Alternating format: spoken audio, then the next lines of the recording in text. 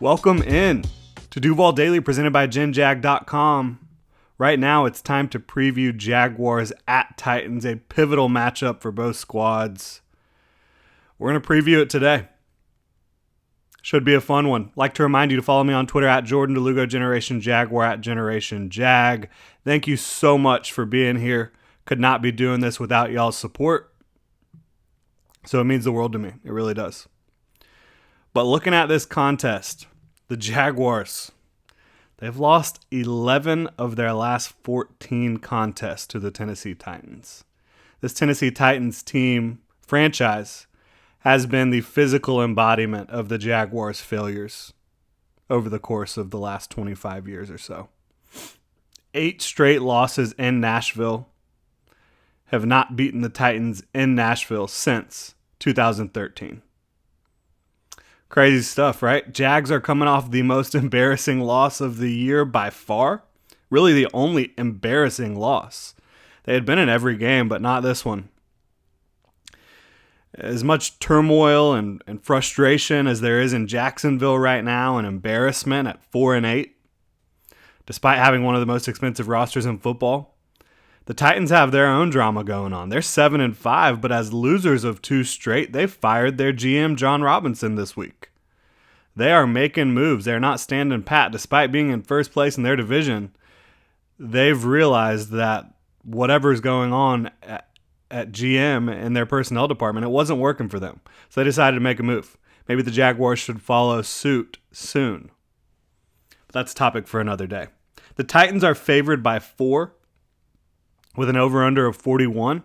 So Vegas feels pretty good about the Titans in this one and predicting a fairly low-scoring affair between the Jags and Titans in this AFC South showdown.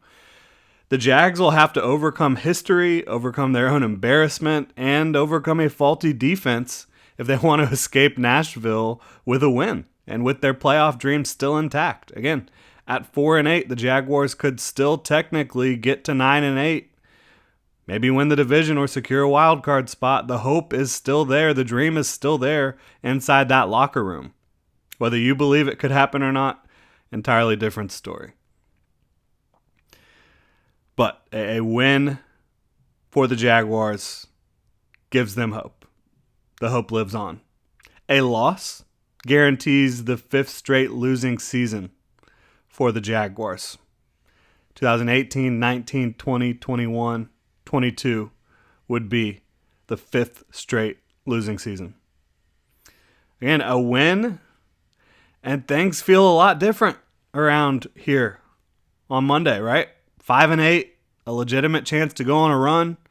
Let's not get ahead of ourselves. The Jaguars got to take care of business this Sunday, and even if they do take care of business against the Titans in Nashville, which seems highly improbable, you cannot forget the 9-3 Cowboys are riding into the bank next weekend. The road ahead is not easy. But back to Jaguars and Titans. How do these squads match up? Jaguars offense versus Titans defense. We'll start there. The Titans have difference makers on the defensive side of the ball. Difference makers that have put it to the Jaguars quite often throughout their careers. Jeffrey Simmons, massive, nasty interior defensive tackle, one of the absolute best in the business.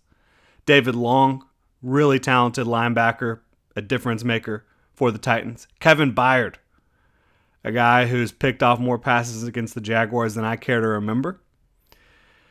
And these guys, kind of like the Lions, they emulate their head coach, Mike Vrabel. And Mike Vrabel and Dan Campbell, they're not the same guy, but they're both hard-nosed, tough, former football players.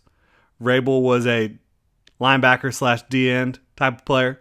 Takes a lot of physicality to play down there. He brought that to the table every time he stepped on the field. Same thing with Dan Campbell playing tight end. These guys are rough, tough, physical head coaches, and their teams really do emulate that.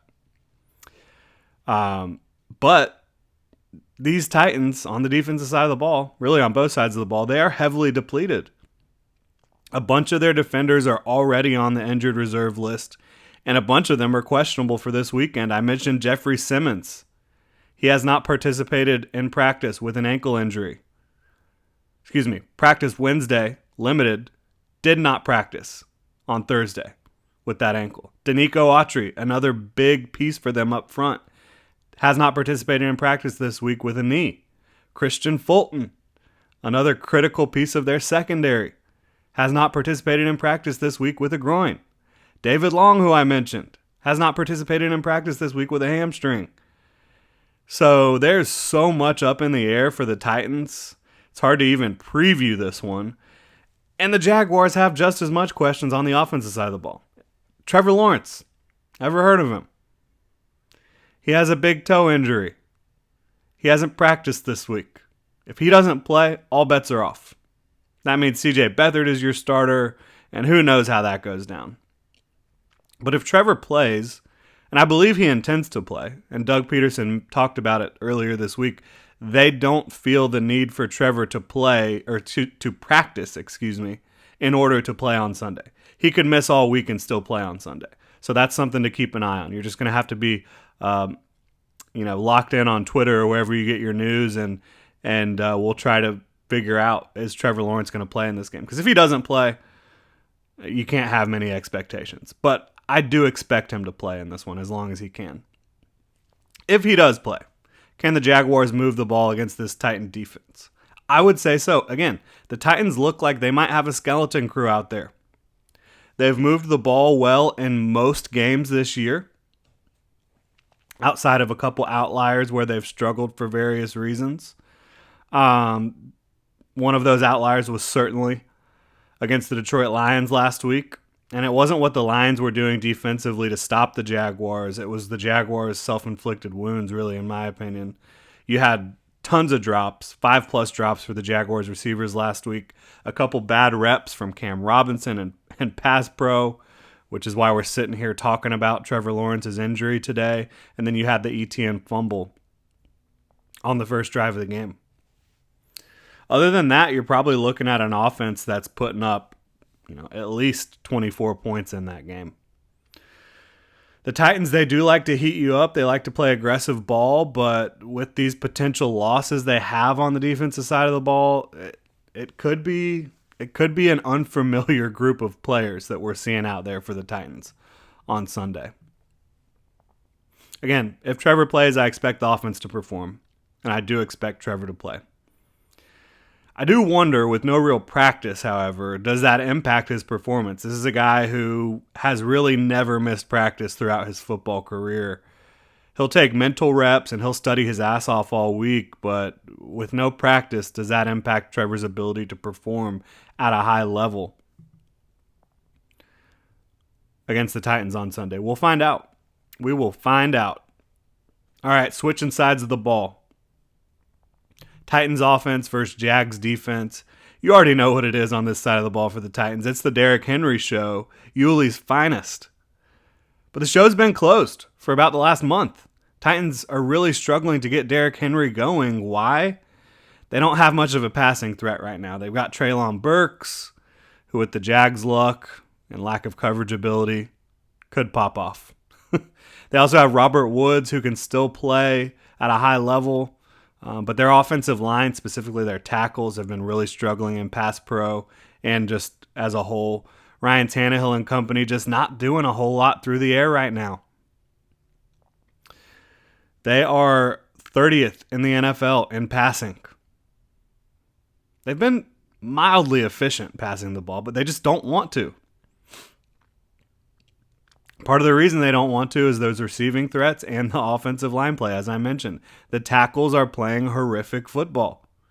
Dennis Daly and Nicholas Petit-Frere not getting it done. Taylor Lewan's out.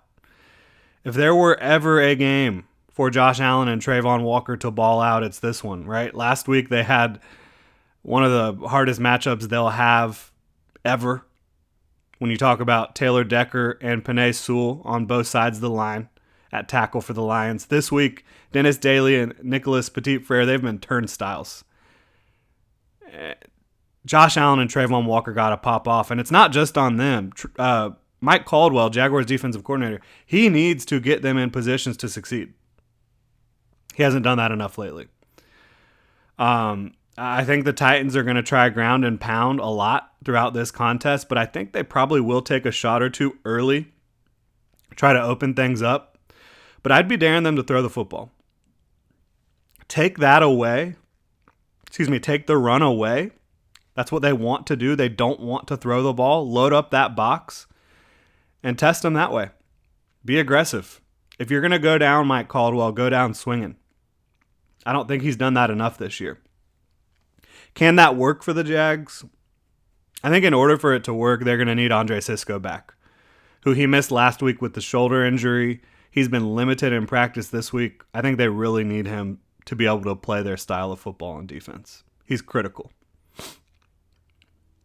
Chad Muma has been a DNP for the Jaguars this week in practice. So it's looking like it could be a Devin Lloyd week next to Foye Oluokun. Not sure how Foye feels about that, but it's an opportunity for Devin Lloyd, a first-round pick the Jaguars traded up for at off-ball linebacker, to get back on the right track after being benched in favor of Chad Muma a few weeks ago. Again, this game means a lot. It means a lot for Mike Caldwell's defense because they need to figure it out against a struggling offense in a position where the Jaguars have to have this game. Their back is up against the wall. History is against them. Their recent performances are against them. Mike Caldwell's D has faltered down the stretch.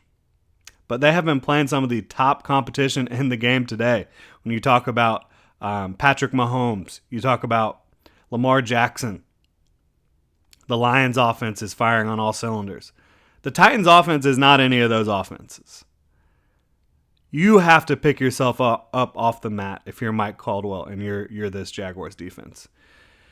We're going to have to continue to monitor the health of Trevor Lawrence, especially. Also, Andre Sisco and Zay Jones are critical pieces of this Jaguars football team. Zay Jones dealing with the chest injury. The Jaguars are going to have to face their demons. They're going to have to come out punching. If they play how they did against the Lions, they have absolutely no chance to win this football game. But a win against the odds, and the playoff dream lives on at 5-8. The Jaguars will then face the Dallas Cowboys in Jacksonville, the New York Jets in New York on Thursday Night Football, the Houston Texans in Houston, and they will round out the season against these same Tennessee Titans in Jacksonville. It's going to be, hopefully, a fun one to watch. Generally speaking, it has not been fun to watch the Jaguars take on the Titans over most of their existence, especially over the last 15 years.